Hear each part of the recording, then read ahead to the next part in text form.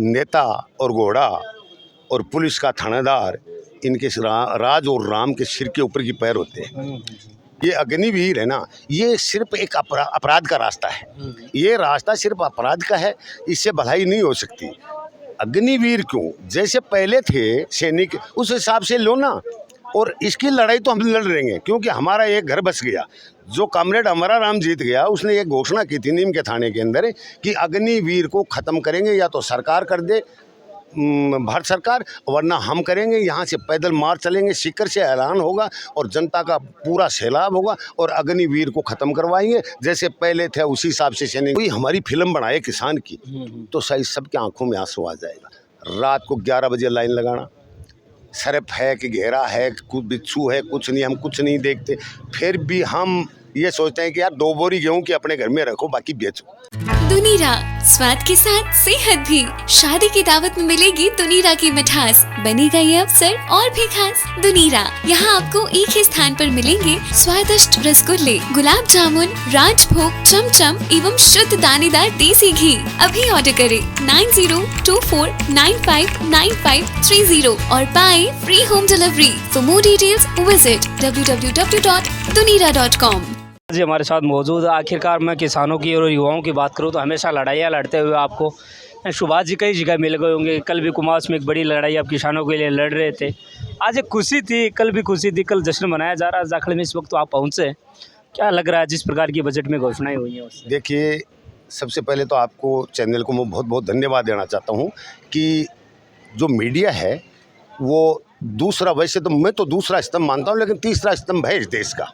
क्योंकि गरीब की आवाज़, खुशी की आवाज़, गम की आवाज़ अगर उठा सकता है तो मीडिया ही उठा सकता है। और मैं सरकार को भी कहना चाहता हूं कि मीडिया को हमेशा स्वतंत्र रहना चाहिए और स्वतंत्र ही इनको रखना चाहिए। क्योंकि मीडिया अगर स्वतंत्र नहीं होगी तो कहीं न कहीं राजनीतिक पॉलिटिक्स से उसके ऊपर दबाव पड़ेगा, ताकि वो कोई खबरें नहीं छापे। इसलिए उसको स्वतंत्र होना चाहिए। दूसरी बात, रही बात आपने खुशी की बात कही, देखिए कहीं खुशी होती है तो कहीं गम होता है। बिल्कुल है कि नहीं? आज नगर पालिका नौलगढ़ इसको जाखड़ को दिया है, ये एक बहुत बड़ा तोहफा है। ये छोटा तोहफा मत मानो कि एक अचानक ग्राम पंचायत से एक नगर पालिका को जोड़ना, उसमें परिवर्तन करना, कन्वर्ट करना, ये एक बहुत बड़ी बात है। इससे हम बहुत खुश हैं। विधायक साहब से इस मुद्दे से हम बहुत बड़ा खुश हैं, क्योंकि अगर नगर पालिका बनेगी तो ग्राम पंचायत के बजट से 8 गुना ज़्यादा बजट आएगा। दूसरी बात, यहाँ के कम से कम भी नगर पालिका में 30 और 40, कहीं झाड़ू वाला है, कहीं पोछे वाला है, कहीं कलम वाला है, रोजगार के अवसर मिलेंगे। तो इसलिए ये भी खुशी है। और पास का मैं गांव बुगाला का हूं, तो हमारे को तो वैसे ही खुशी है कि यहाँ गाड़ियां आएंगी जाएंगी, लोगों का साधन बनेगा, रोडें बनेंगी चारों तरफ। तो ये तो बहुत बड़ी खुशी की बात है। इसलिए तो विधायक साहब को मैं बहुत बहुत धन्यवाद देना चाहता हूँ मेरे गाँव की तरफ से और मैं खुद स्वयं। रही बात बजट की, तो देखिए कहीं गम, इसलिए मैंने बताया कि 31,000 करोड़ रुपया 1994 में एक नरसिंह राव प्रधानमंत्री के टाइम में किसानों के लिए, इस नहर के लिए बजट पास हुआ था। और उस टाइम हरियाणा, पंजाब, राजस्थान तीनों का समझौता हुआ था कि राजस्थान की शेखावाटी दरा पर ये सिंचाई का साधन के लिए ये नहर लाई जाए। क्योंकि कोपर के अगर हालात देखें हम, तो पानी सूखता, क्योंकि अगर 10 मोटर भी चलेंगे 10 HP की तो 100 HP होगी। 100 HP इसका मतलब एक ग्राम पंचायत के अंदर 1000 HP का पानी अगर निकलेगा 6 घंटे भी, तो कई घन लीटर पानी निकलता है नीचे से। इसलिए सिंचाई के पानी के लिए बहुत ज़रूरी है। जल है तो कल है, कल है तो जीवन है। इसलिए सिंचाई का अभी उन्होंने क्या किया इस बजट में, ये दुर्भाग्य की बात है कि 31,000 करोड़ को घटाकर 17,500 करोड़ कर दिया। और वो भी सिर्फ पानी पीने के लिए। इसे शेखावाटी अंचल में हमने पानी पीने के लिए नहीं चाहिए। मैं भजन लाल जी से आपके चैनल के माध्यम से कहना चाहता हूँ प्रधानमंत्री, मुख्यमंत्री को, कि भाई पहली बार यहाँ नौलगढ़ से बीजेपी जीती है आज तक के इतिहास में। और लोगों में एक रोष था, कई मुद्दे थे, जैसे बदराना जोड़ का मुद्दा था, श्री सीमेंट का मुद्दा था। तो उस मुद्दे को नज़र अंदाज नहीं किया जाए, मद्देनजर रखते हुए उन मुद्दों को भी निपटाया जाए। क्योंकि यहाँ अगर जैसे हमारी श्री सीमेंट लगी आज, इन्होंने पहले कहा कि हर खाते अनुसार 10 साल में बराबर मैंने धरना दिया है कि एक खाते अनुसार एक नौकरी दी जाएगी। आज फैक्ट्री वाले उस बात को नकार रहे हैं। बिल्कुल, हमारे देश के सैनिक इस शेखावाटी के सैनिक जो कितने से शहीद हो गए, वो देश के लिए मर गए, और उनको लिए वो वहाँ गार्ड के नौकरी नहीं दे सकते कि हम तो 50 किलोमीटर या 100 किलोमीटर के दूर के सैनिक लगाइए। क्या हमारे देश के सैनिक, हमारी शेखावाटी के सैनिक क्या चोरी करते? वो खामियाजा तो भुगतना भी पड़ा शायद बीजेपी को। और वो खामियाजा, वो एक मुद्दा था, वो खामियाजा उनको भुगतना भी पड़ रहा है, और अब देख लेना आप। लेकिन मैं ये चाहता हूँ कि अच्छे को अच्छा भी करना चाहिए। ये नहीं कि हम राजनीतिक पॉलिटिक्स में अगर कोई अच्छा है तो उसकी बिल्कुल बुराई करे। ये जो काम किया है, ये सराहनीय काम किया है, मैं धन्यवाद देना चाहता हूँ। और जाखड़ को और भी मैं तो कहना चाहता हूँ, इसको उप तहसील और तहसील बनानी चाहिए। आने वाले तो बजट अभी खूब आने वाले हैं। हाँ, नहीं बजट तो आएंगे, लेकिन बजट को किसान के, जैसे 2022-23 का आपने पीछे मुख्यमंत्री आए थे नौलगढ़ में, हमने ज्ञापन दिया था कि 2022-23 में तबाह हो गया था ओलावृष्टि से किसान की फसल टोटल। उसमें किसान, सरकार ने यह माना कि ओलावृष्टि तो हुई है, उसका जायजा लिया गया, और कुछ किसानों को 5% किसानों का मुआवजा भी आया है। लेकिन आपके मुआवजा आने से, मेरा मुआवजा आने से भलाई नहीं होती। जितने भी किसान हैं उनको मुआवजा तुरंत से तुरंत दिया जाए, तभी ये सरकार ये कहेगी भाई वाकई में सरकार है। नहीं, अभी विधानसभा के चुनाव गए, मैं बात करूं सांसद के जैसे चुनाव गए, लेकिन ये मुद्दा जोरों शोरों से कि झुंझुनू को, शेखावाटी को नहर से जोड़ा जाए। आपने देखा शायद किस प्रकार से इसको रिजल्ट को देखते हैं, क्योंकि मुद्दा तो खूब आ भी रहा है।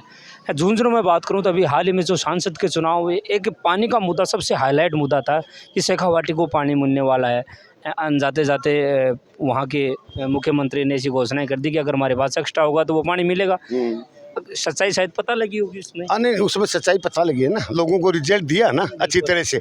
क्योंकि मैं आपको पहले कह चुका हूँ कि 30,000 करोड़ रुपया उस टाइम शीश राम जी के नेतृत्व में इसके नहर के लिए हुआ था, लेकिन उसको घटा के इन्होंने पीने का पानी कर दिया, आधे पर ला दिया। और कल हो सकता है कि आधा भी नहीं हो। भाई पीने के पानी से, हम खाना खाने से थोड़ी देश का भला हो गया या जनता का भला हो गया। यहाँ मुद्दा है सिंचाई का। अगर सिंचाई नहीं होगी तो ये किसान कहाँ जाएगा?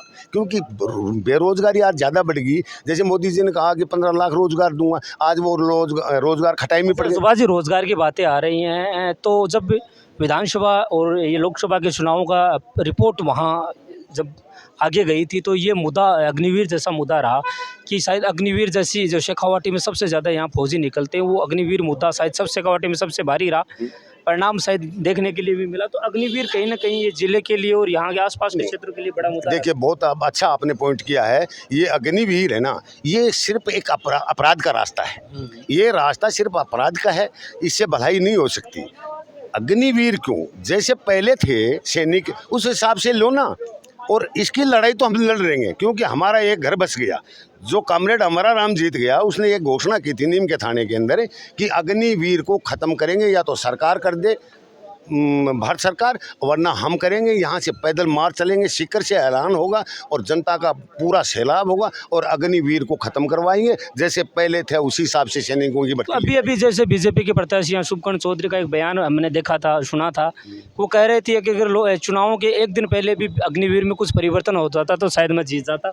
नहीं, वो उनका बिल्कुल ठीक है, क्योंकि जनता इसी मुद्दे पर अड़ी हुई थी और उनको रिजल्ट भी मिला है। शुभकर्ण 2-3 बार बेचारा चुनाव लड़ लिया, लेकिन मुद्दा यही था युवाओं का। आज वोटर है ना, वो बुढ़े नहीं डालते हैं, अगर डालते हैं तो अपने बच्चे के इशारे पर डालते हैं, हमें कहाँ डालना है। युवा तय करता है, और युवा तय करता है, और युवा करता है अपनी भलाई के लिए हमें कौन सा मुद्दा लेना चाहिए, कौन सा नहीं। तो ये बेरोजगारी का मुद्दा था, तभी तो शुभकर्ण आ रहा ना यहाँ।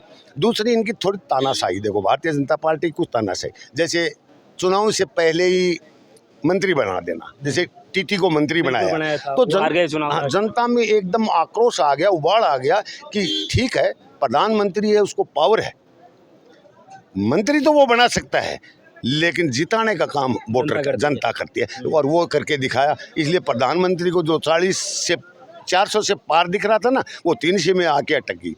अगर वो काम करते तो हो सकता है वो 400 पार होती। ये मुद्दे खा गए इस देश को। बाजी, कॉमरेड होने के नाते आपने कई किसानों की लड़ाइयाँ लड़ती, आज देश में किसानों की स्थिति को कैसे देखते हैं? देखिए, किसानों की स्थिति बहुत दयनीय है। किसान एक रोड पे आ गया है, वैसे तो कर्जे से आ गया है। ऐसा कोई किसान नहीं है जिसके कम से कम भी 5-6 लाख रुपया नहीं हो, और वो मूल पैसा दे देता। कल ही एक यहाँ कारी का 80 का था, मेरे पास गया कि मैंने मेरे बच्चे के लिए पढ़ाई का लोन लिया था। उसने बीटेक कर ली, बच्चे ने नौकरी लगानी, उस टाइम में उसको 2014 की बात है, 2014 में उसने पैसा लिया 1,80,000 रुपया।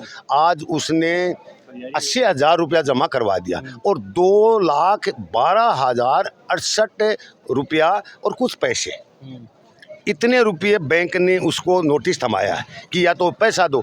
13 तारीख का उसको समझौता है कि आप कोर्ट में आइए, 13 तारीख समझौते में आइए। वो मेरे पास गया कि मैं क्या करूं, अन्यथा आपकी ज़मीन कुर्क करी जाएगी। तो किसान पर तो अत्याचार ही अत्याचार हो रहा है, किसान का भला नहीं हो रहा है इस वक्त। जिस तरीके से दिल्ली कूच में विशेष परिस्थितियाँ रही सरकार की, जो सरकार ने दिल्ली को जब किसान कर रहे थे तो कैसा रुख था उस टाइम?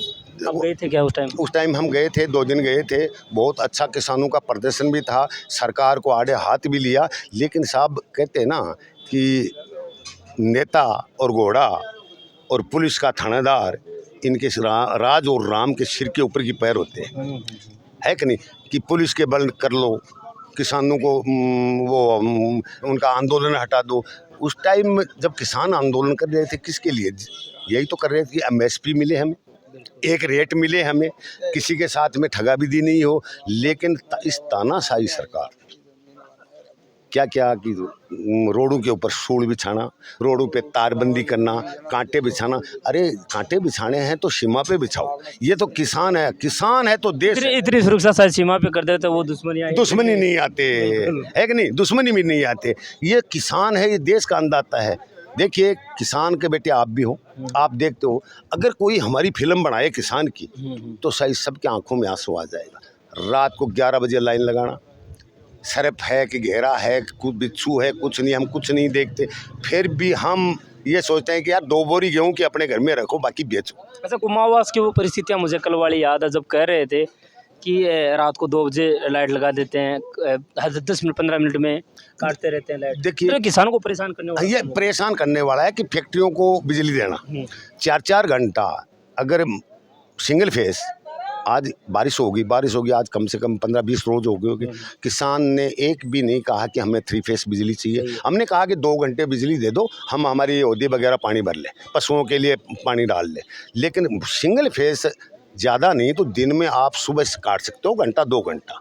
लेकिन रात को सोने के टाइम में ऐसी चीज़ें बच्चे पढ़ने के टाइम में करती है, आदमी सोने के टाइम में करती है, सुबह जब औरतें दूध अपना बिलौना करती हैं उस टाइम करती है, और वो भी लगातार 4-4 घंटे। इसलिए बिजली वालों को हमने आड़े हाथ लिया कल, और आगे भी हमने उनको चेतावनी दी है कि अगर ऐसा ही हालत रही तो गांव-गांव में धरना और प्रदर्शन होगा और पूरे GSS को तबाह कर देंगे। हमें फिर परवाह नहीं है, जेल में जाएं, कुछ भी जाएं, लेकिन इस जनता के लिए, इस किसान वर्ग के लिए, इस गरीब के लिए हम कुछ भी कर सकते हैं। बिल्कुल।